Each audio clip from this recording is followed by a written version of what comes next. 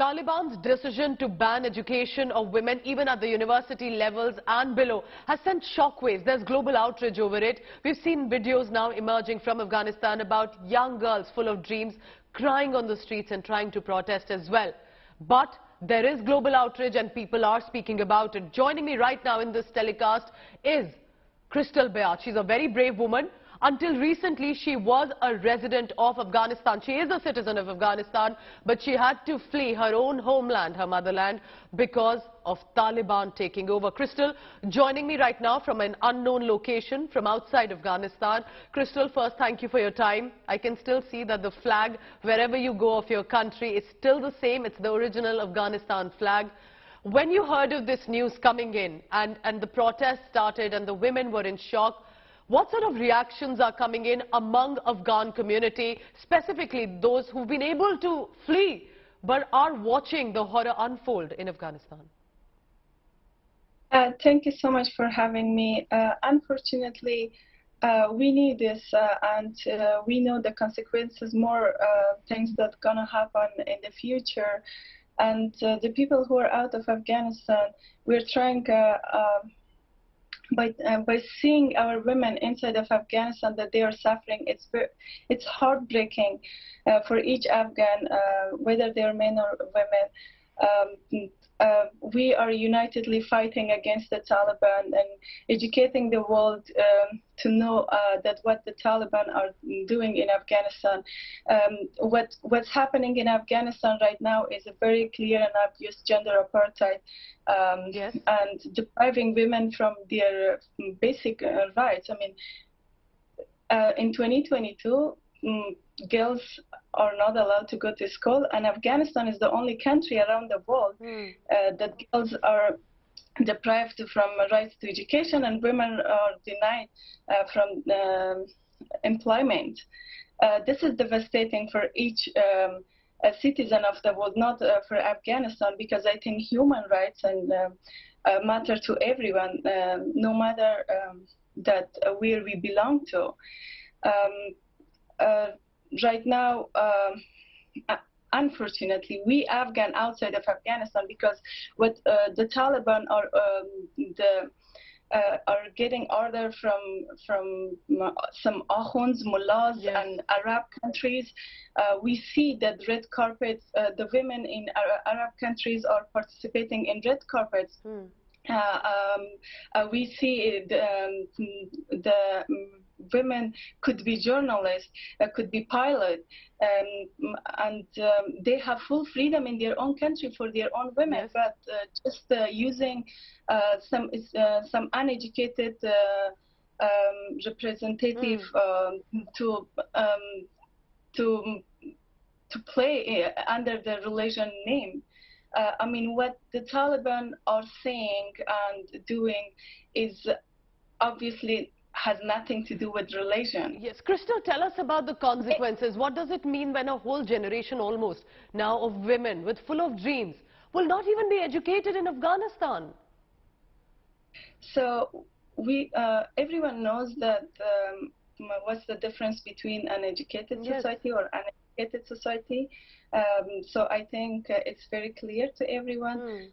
What we wonder about that if the world is not taking any concrete action to or urgent action regarding this decision of the Taliban, we see a very catastrophic situation, which is right now, but more than this. And also, what the Taliban are trying to do with education, because the Taliban could see that how this educated generation is standing against them and do not allowing them to lead in Afghanistan. So they want to keep the society uneducated in order to follow them. And what is the consequences right now? The world countries, I mean the Western countries, are funding and sending money to the Taliban, and they are investing in their religious institution rather than school or university. What's the consequences from this religious institution? Yes. They're inventing suicide bombers for the future. It's not about Afghanistan. Afghanistan being the victim of the region countries for decades. the consequences would be for a threat for the world security and for the region countries. What should the world do, Crystal? The world is watching watching you and listening to you right now. So, what do you think we can do? What can other countries do, other people do listening to you right now? I think we tried our best to somehow it's been a year and a half that yes. we resist.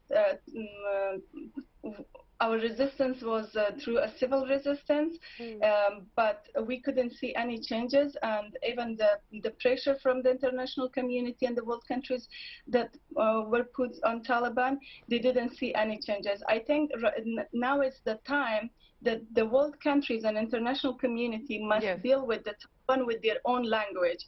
I mean, when I'm telling with their own language means the Taliban are only knowing that what's the weapon, how to fight, how to kill people.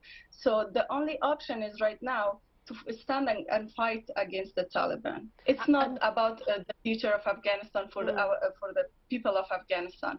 It's a world threat. It has to be a united fight. And you know, who to speak better on that than you? Our viewers may not know, but I remember that you led, as one of the only women, a protest against Taliban in Afghanistan when Taliban had taken over. So it was for all to see how brave Afghan women are, and they are still even today leading as much as possible for them at grave risk, trying to counter with those protests. What should we say about Taliban 2.0? Because, you know, many thought they could be different this time. What can you tell us about what's happening in Afghanistan right now? Because the information is so filtered that, you know, you may have more information about what's happening there right now, Crystal. Yes, so according to the Taliban officials and their statements, that they're saying that we are, it's just the primary decree so the girls has to wait for the second. I think we should learn from our experience and our past that when the Taliban for the first time came, they stopped schools and they said like we are working on the curriculum and also the new law and rules that how the girls, in which circumstance the girls can go to school. And it's been a year and a half that there is no action from them. There is no result.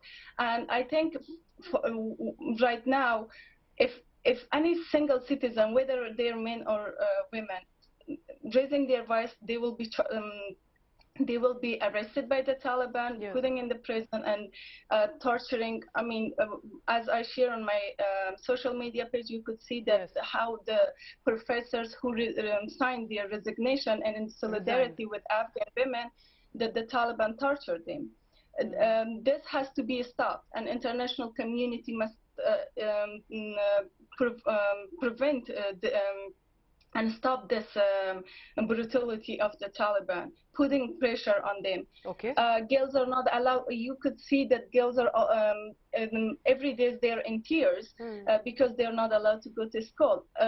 Single moms, orphans are being smuggled to Pakistan in order to train in religious schools. So human trafficking is at peak, gender apartheid is at peak, but no one is speaking about this. You know, and I hope today, Crystal, that that we are listening to you, that world must not leave Afghanistan in isolation, not its people who are clearly fighting and fighting a good fight against the Taliban. And Crystal, speaking to India today, thank you. And we hope that we'll continue to speak up for the women. It concerns all of us. And we have to speak up and ensure that girls get their education. Let her learn, like many young girls are writing on the walls of Afghanistan. Crystal Bayat, thank you so much for speaking to India today. Thank you so much for having. Thank you.